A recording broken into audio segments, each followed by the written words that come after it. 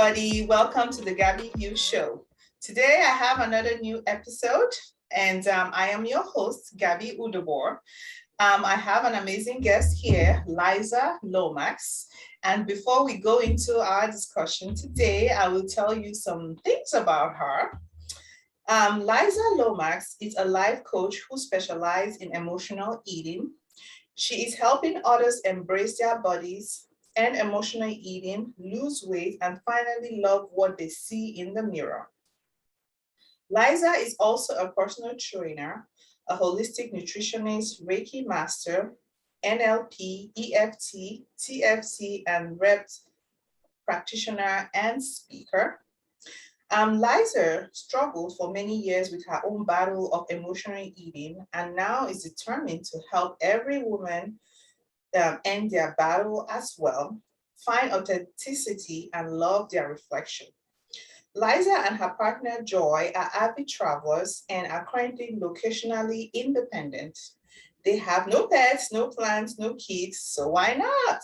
They travel around the world and eventually they will be moving to Europe. And here is Liza Lomax. Welcome to the Gaby Show. Thank you for having me. I'm excited to be here. Yes, I'm happy to have you here today. So Liza, I have all this, my questions I ask all my guests. I call it my icebreaker questions, which I always get to get us started, So I want to ask you, Liza, what is your favorite food? Oh my goodness. That is like such a huge question because there's so many different foods that I like. Streamline, one thing. Right, one thing. Well, it could be more than one, but Right. And I mean, I'm a huge foodie, so I love food. It took me a long time to embrace the love for food. And now it's like, food is nourishment. Food is, I have a loving relationship with it. So to enjoy different kinds of foods is like, I love to do that. I love to experiment. I love to try it at least one time, at least once. I love Indian food. I could probably eat Indian food all the time. If that was it, do you like it? Do you like it because it's the spiciness? Because I love spicy. Yes, I love the spices. I love just the tastes and the different spices they use in their dishes, and it's so yummy. So yummy. Yes. But I also like bubble tea too. So I'm like, there's just so many things that I really, really like that I have on a consistent, regular basis. So, yes. Okay. Yeah, and that's the thing too, I'm sure people will be surprised. I don't know, saying that you're an emotional eating coach and that you're a foodie, you like food. Like, you think, they would think it's the other way around, but it's just that now it's more in the love for food is in a healthier way. And this is one thing for me too. I'm somebody too that, I'm a foodie. I mean, I love trying foods. I encourage people try foods. When we talk, there's this thing that food is medicine. How is the food the CEO of your life, or you are the CEO of the food? So, right. So this is the thing about it. How are your relationship with it? So, but I just thought I was interested. The people like, she's an emotional eating coach, so she might not like food like that. But no, I love food. I love food. Yes. So the next thing I want to ask you is, what is your favorite quote? My favorite quote. It actually one of my favorite quotes is actually from a movie. And the quote is, our lives are not our own. We are bound to others, past and present. And by each crime and each and every kindness, we birth our future. That is so good.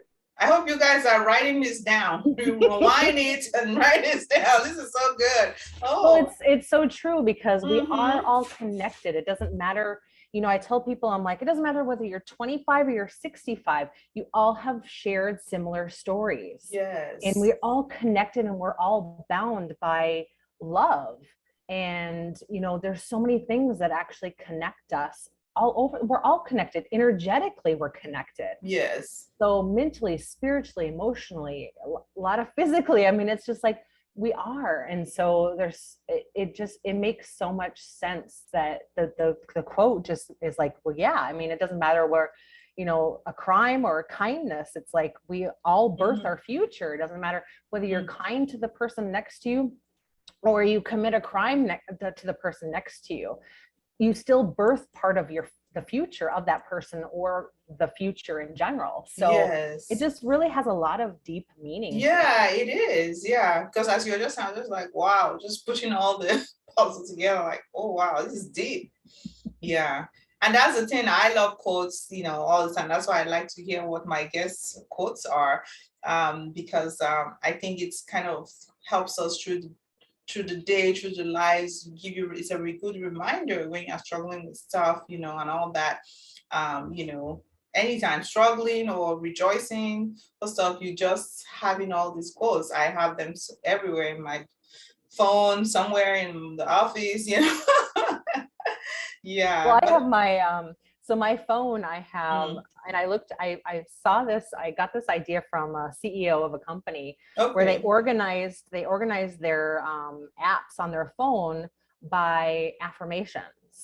And so what I have is like things that I'm connected, like different things that I'm connected to, like Facebook, LinkedIn, Instagram, Google Maps, things that connect me to the outside world. I have as my I am connected. And then I have, all the apps that pertain to like money or finances. I have I am rich. One where all the ones that pertain to being healthy and taking care of yourself and nutrition and well-being and that kind of thing is I am healthy. So I have all of my icons are put in separate affirmations. So every time I look at my phone, I'm like, oh, well, I am learning. So that's my learning app. Or I get to travel. All my travel apps are in there. Oh, so that is so good. Just reiterating, setting that affirmation in your head, and yeah, it's kind of fun. That is so good. I am gonna do that, girl. I'm gonna tell my whole family. Like, right. This is I love that. That is so great. Yeah, because this thing is that we have to plan the way we think. It's all about mindset resets. It is what you feed your mind with, what you are seeing, what you are eating, what you are associating yourself with around. You gotta just fill yourself with as many positive things you can. Exactly. Find a way. You gotta work on it. Right. It's the law of attraction. I mean, you give out what you get back what you put out. Yes.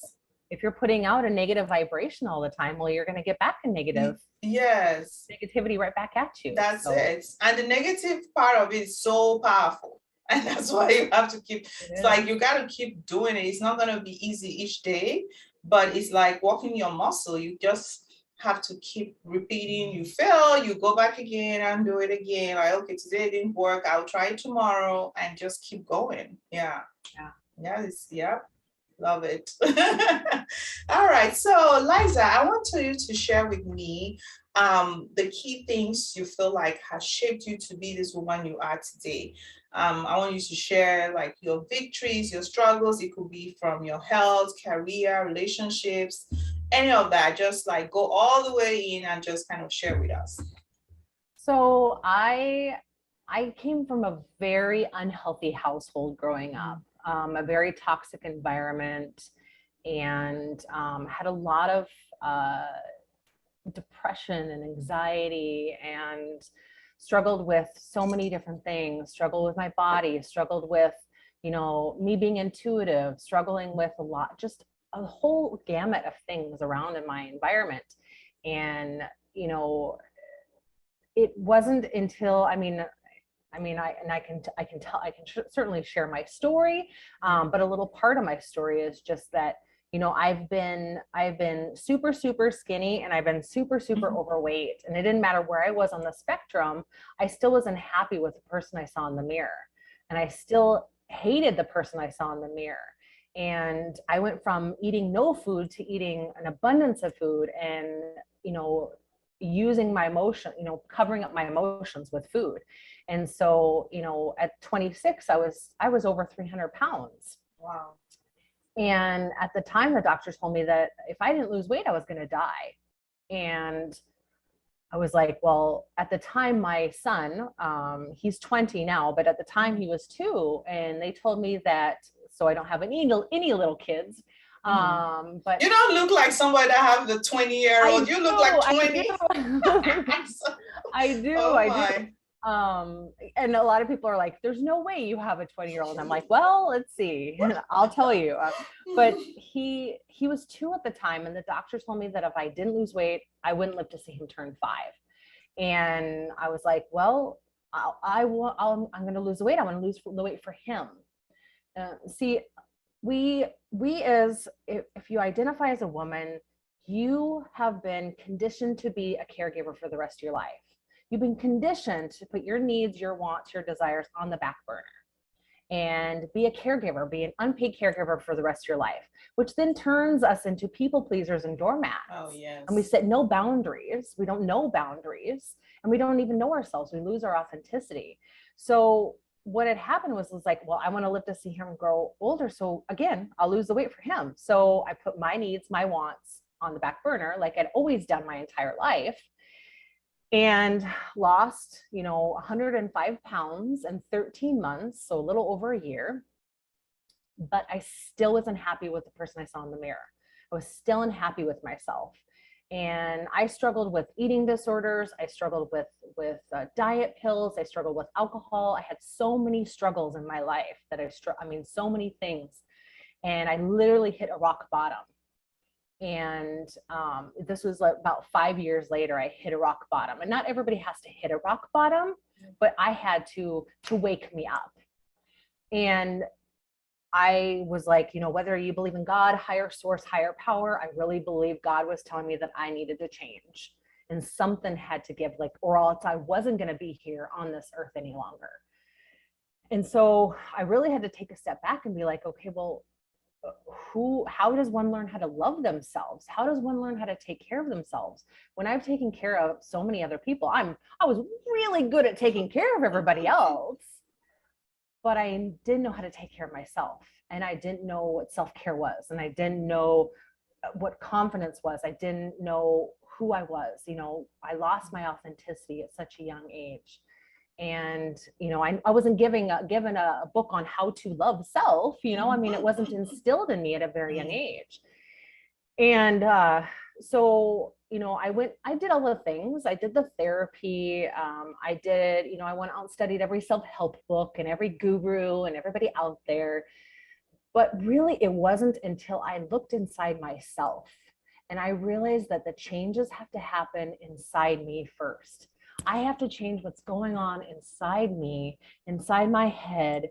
What's really the underlying issue? What emotional trauma am I holding on to? What limiting beliefs am I holding on to? What patterns, stories, habits, all these things, these saboteurs, I have to look at myself inside first. Because as a society, we have it backwards. We think we need to go outside of ourselves to make ourselves happy, outside of ourselves to create fulfillment, outside of ourselves to make ourselves feel better. When no, it all starts with inside of ourselves. That's right. No, it all starts with inside of ourselves. So we have to do the work inside first. And so that was like an epiphany. That was like, oh my gosh, that's the magic pill. That's the magic thing that people are missing. And so once I grasped that concept, I was like, now I need to teach other people how to do this. And so it sent me on that transformational journey of like, I found myself, I found my authenticity. I had the magic potion, the magic thing that was going to help other people, because I knew it helped me. So I'm like, there's got to be other women out there that struggle the same. There's got to be other women out there that have shared similarities, shared things that have gone through their life, have to have similarities. So I went out and got certifications in a multitude of different things. I knew that my mission in this world was to change that narrative that it's selfish to take care of ourselves, change that narrative that we are strong, and it's okay to show our emotions. It's very much self-preservation. It is never selfish. And so to change that narrative that we no longer need to be unpaid caregivers for the rest of our lives. We need to stand up tall. We need to stand up in our power. We need to take care of ourselves. We need to put that oxygen mask on ourselves first in life. We have to learn how to love ourselves first before we can love another person, truly love another person. And so that with all the struggles and everything, I mean, I struggled with so many things growing up and all these things. And it was like, boom, it's inside me. You know, it's like, I was telling somebody the other day, it's like that quote from The Wizard of Oz, where Glinda the Good Witch says, you've always had the power to go home. It's always been within you. Yes. So we've always had the power to change ourselves. You know, go inside yourself and change yourself. If you want to make shift happen in your life, if you want to make shifts, have shifts, change things, you want to evolve, you want to grow, you want to change, you got to start on the inside out first. You got to start on the inside, and then you can take care of the outside. So that's where I'm at now with helping people learn to shift that, change that narrative. Wow, that is so powerful.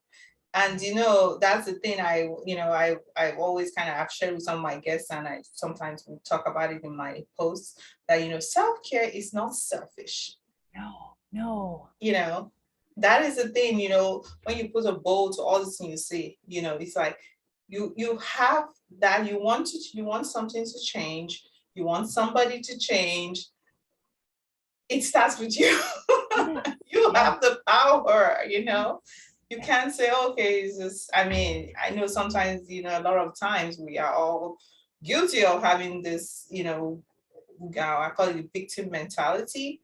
And, we go through that for years and just blaming somebody, blaming stuff. Of course, it's stuff that, of course, it's scar you, it's painful experiences, but sometimes we just have to, it gets to a time where you have to just break through to be able to move on to the next level. And you have the power. It's not easy. It's not something overnight. No. Take years, months, but at the end of the day, it all starts with you. Yeah, that is so powerful. Wow. So, Liza, the next thing I want to ask you, what would you say you are most proud of as a woman today? I am proud of the person I became.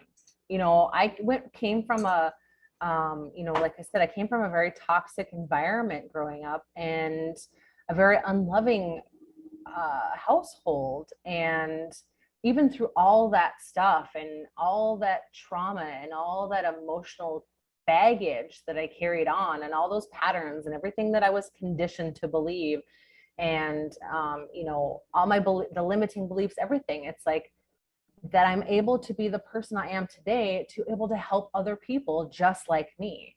So I'm proud of the person I've become. I'm proud, and I'm grateful for the things that I went through as a human being. I'm proud and I'm grateful for those things, because they shaped who I am today. Yes. If I didn't have those experiences, I wouldn't be doing what I'm doing. So that's what I'm most proud of, is like, I look at myself every day in the mirror and I'm just like, I'm astounded sometimes because some of the stuff, and there's lots of things I could share. We don't have 3-4 hours, but it's like, there's so many things that I could share that, of different experiences, that it's like, I should not be here today. I should not be here right now in this place, in this moment in time. But because I made changes in my life, and because I knew that there was a mission, I had a mission in this world, because I had trust in God, I had that faith, I believed in the universe, I knew that there was something else here. So you have a purpose. Just a minuscule, I knew that there was something here, I had a purpose. And so that's what, is what I'm proud of, is that I've just come so far in my life. Yes.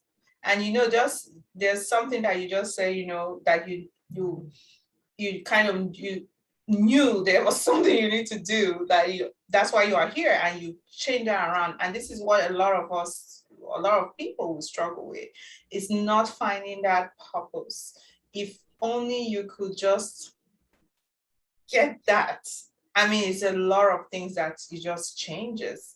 And the thing is that because you hear somebody like, oh, well, I don't know what my purpose is, young people, old people, any age, they will say, oh, I don't know what, but everybody has its own purpose and you just have not found it.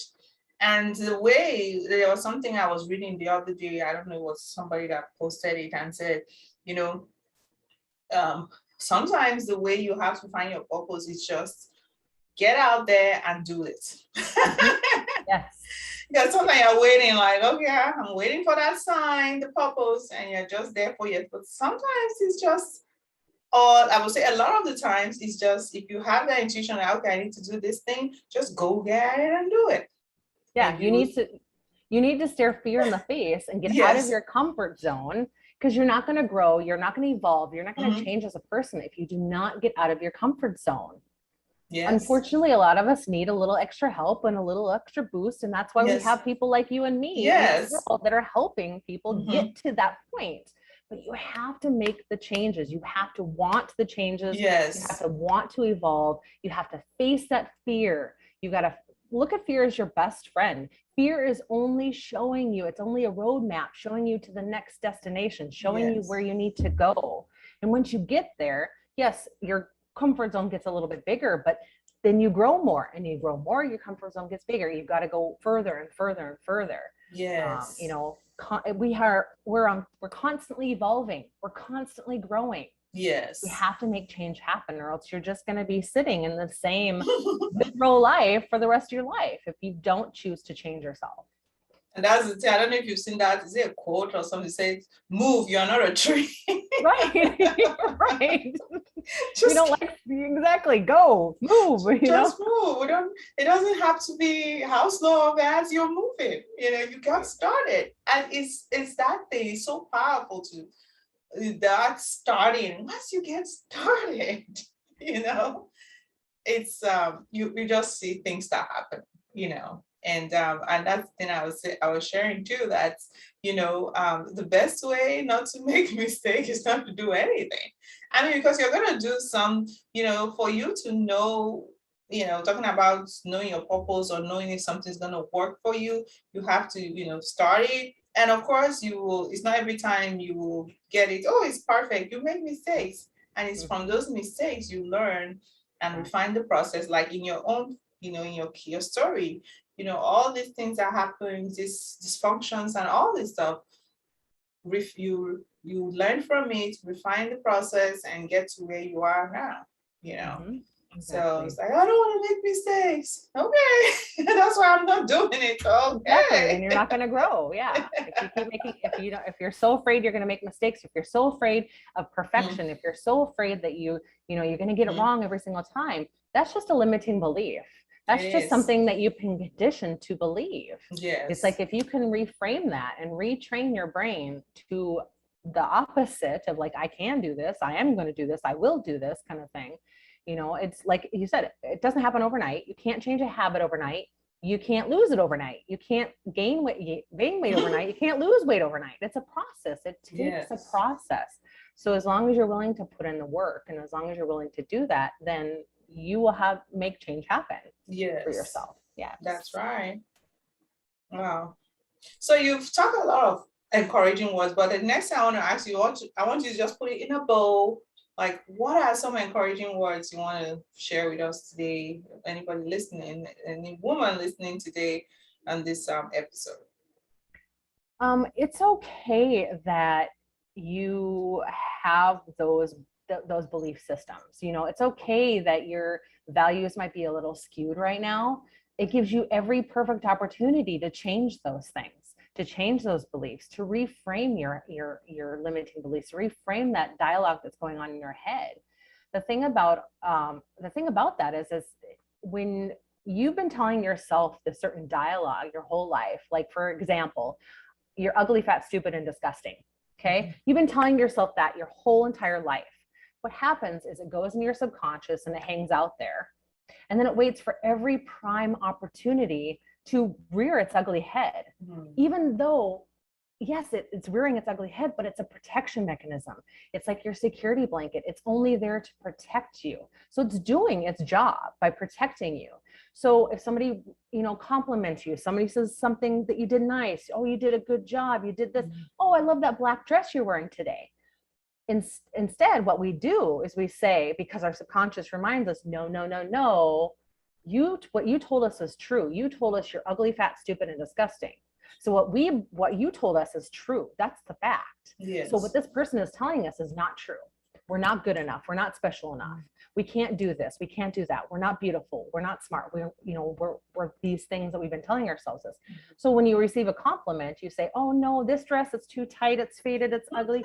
I've gained so much weight. I don't know why I wore it. I'm so uncomfortable. I should just like go and just change right now. That's what we make up every excuse to not accept that compliment. And it's only because we've been telling ourselves that over and over and over again, that dialogue. So if you change that dialogue and you change that narrative of what you've been saying to yourself, and you set that conscious intention to change that about yourself, you will override all those beliefs. You will override all those subconscious beliefs. But it takes practice doing it over and over and over again. And so, like they say, I am are the two most powerful words in the English language, because anything you put on the other side of I am has a huge negative or positive effect of how you feel. Mm-hmm. So if you're constantly saying, I'm ugly, I'm fat, I'm stupid, I'm disgusting, what is that going to make you feel? Ugly, fat, stupid, and disgusting. Whereas you feel, I'm beautiful, I'm brilliant, I'm smart, I'm funny, I'm quirky, I'm like, then your eyes get a little bit brighter, you stand up a little bit taller, you feel better about yourself. So that entire internal dialogue needs to change. Mm-hmm. We need to stop telling ourselves we're ugly, fat, stupid, and disgusting, and we're not good enough. We need to stop telling ourselves we're not worthy enough, because we are worthy and we are good enough and we are special and we are beautiful just the way we are. That's right. So yes, that's what I would tell you, is just love yourself the way you are right now in this moment. If you change, that's great. If you don't, that's great too. But be confident and comfortable in your own skin right now, right now in this very moment, because these bodies are organic. They're fading away every second of every day. We don't know how long we have in them.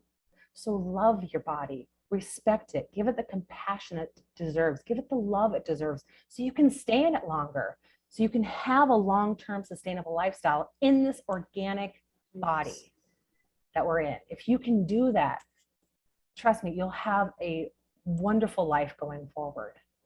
If you just love who you are right now, change that narrative. Yes. Well, that's my mission. Change that narrative for every single person, not just women, it's men too. Yes. I mean, we're conditioned at a very young age to not show our emotions. For men, what do they tell men? Suck it up, be a man. You got to be the man of the house. Don't cry like a girl. Crying like, it's like, what does that even mean? Crying like a girl. And then for women, it's like they say, oh, don't be emotional. You can't be emotional. You got to learn to push your emotions down. And so we learn to push our emotions down.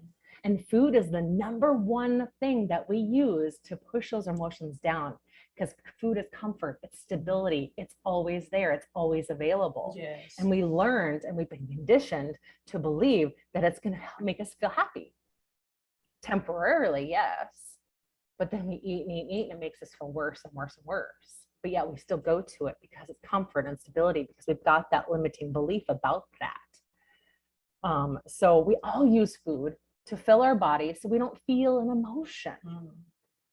So it doesn't matter whether you identify as a man or identify as a woman, these are just things that we've been conditioned to believe. And it's not just in the United States, it's like all over the world. Yeah, that's right. All over.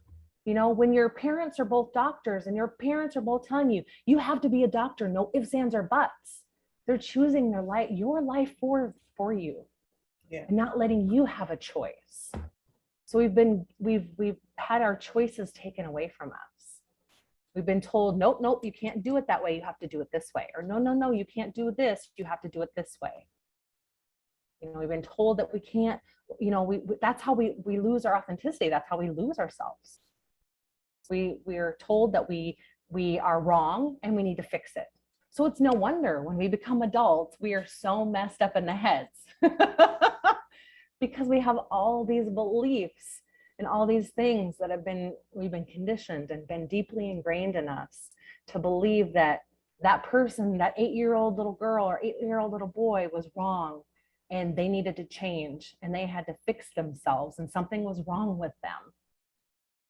And so we went through our whole lives trying to fix ourselves and then realize when we're adults, realize that we're in 40s, 50s, 60s, that we're like, wait a minute, that this isn't me. This isn't, who am I? You know, and that's when usually women come to me and they're like, please help me. I just don't understand who I am. I don't understand why I'm having this issue with emotional eating. I don't understand why I look in the mirror every single morning. I'm 65 years old and I'm still hating myself in the mirror. Help me. And I'm like, well, I have the tools to help you because I've been there. I've done that. Yes. I walk the walk. I talk the talk. Yeah. So just, you know, right now I encourage anybody who's listening or anybody who's watching this is just be confident and content in your body right now in this very moment. And make small changes, baby steps. Everything is baby steps. Yes. We think we need to go outside of ourselves. No, it's inside of us. You have to do the work. Yeah. Oh, yeah, that's so powerful. You know, talking about loving yourself. You know, as you were just sharing, I was just thinking about my daughter.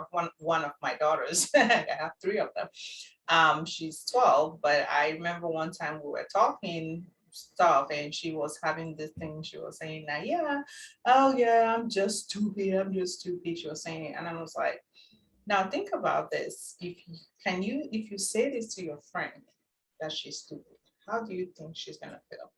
Mm-hmm. And she paused for a moment and said, you know what, I think she will not be happy, she will feel bad. I said, then why do you say that to yourself? Yeah. And this is the thing that I think we all have to think about. Some things we say to ourselves, you know, think about it. I think sometimes we treat, it's good to treat everybody good, but we treat people better than ourselves. Yes, we do. You know, it's like, if you cannot say that to somebody, you know, they're going to feel bad. Tell them you're fat and ugly. You say that. Can you say, you say that to yourself? You think about it, you say that to somebody, well, how do you think they will feel? And I think if we could just look at that way of some things we say to ourselves, like, if I'm going to say to people, how do they feel? Then you can make you to retrace back and say, no, I need to change that thing, you know, talking about loving itself, you know. Mm-hmm. So, but yeah, also I just kind of a lot of stuff to learn from that, you know. Oh my. So, you know, I think I've learned so much from you, Liza, today. So I want you to share with us, how can people connect with you?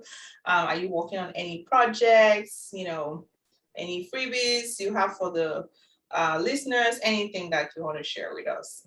Yeah. So super easy to find me. You could type in Google, type in Liza Lomax, and I'm sure a bunch of things would come up. My website is very easy. It's lizalomax.com.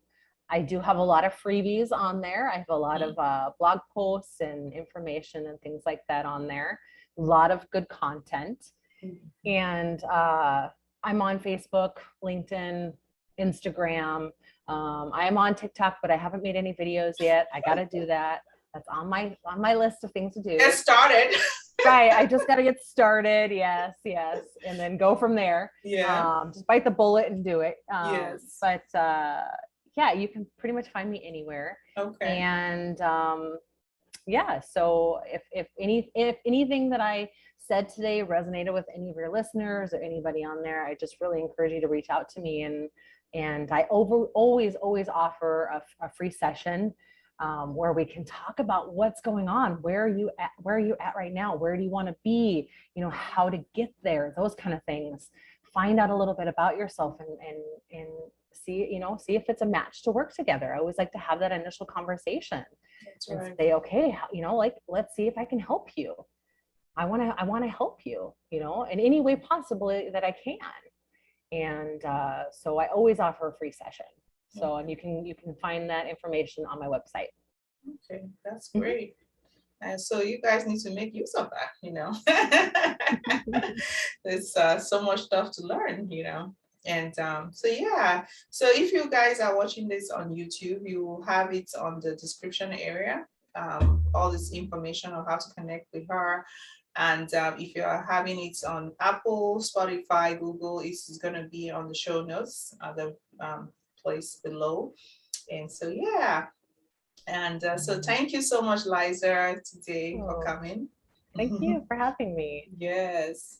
So we are going to end this episode today with my favorite quote from Maya Angelou that says, when you know better, you do better. All right, guys. I will see you guys next time. Bye-bye.